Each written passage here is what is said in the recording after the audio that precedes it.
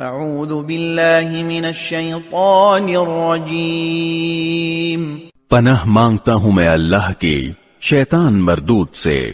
وقال الذی آمن یا قوم انی اخاف علیکم مثل یوم الاحزاب۔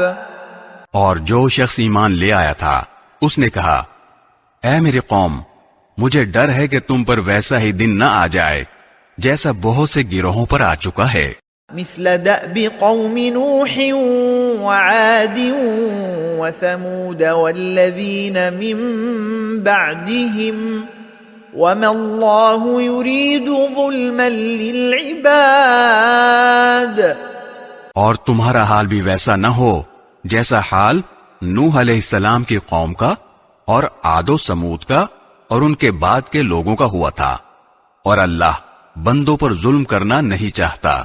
وَيَا قَوْمِ إِنِّي أَخَافُ عَلَيْكُمْ يَوْمَ التَّنَادِ۔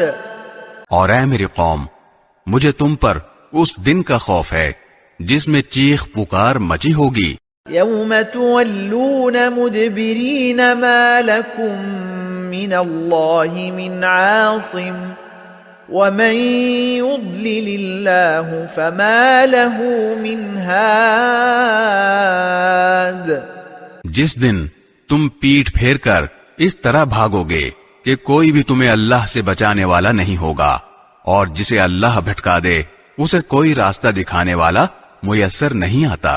وَلَقَدْ جَاءَكُمْ يُوسُفُ مِنْ قَبْلُ بِالْبَيِّنَاتِ فَمَا زِلْتُمْ فِي شَكٍّ مِّمَّا جَاءَكُمْ بِهِ حَتَّى إِذَا هَلَكَ قُلْتُمْ لَنْ يَبْعَثَ اللَّهُ مِنْ بَعْدِهِ رَسُولًا كَذَلِكَ يُضِلُّ اللَّهُ مَنْ هُوَ مُسْرِفٌ مُرْتَابٌ۔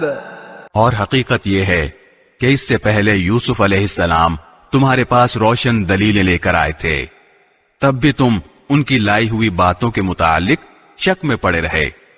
پھر جب وہ وفات پا گئے تو تم نے کہا کہ ان کے بعد اللہ اب کوئی پیغمبر نہیں بھیجے گا۔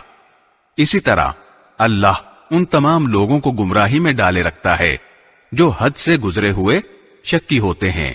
الذين يجادلون في آيات الله بغير سلطان أتاهم كبر مقتا عند الله وعند الذين آمنوا كذلك يطبع الله على كل قلب متكبر جبار۔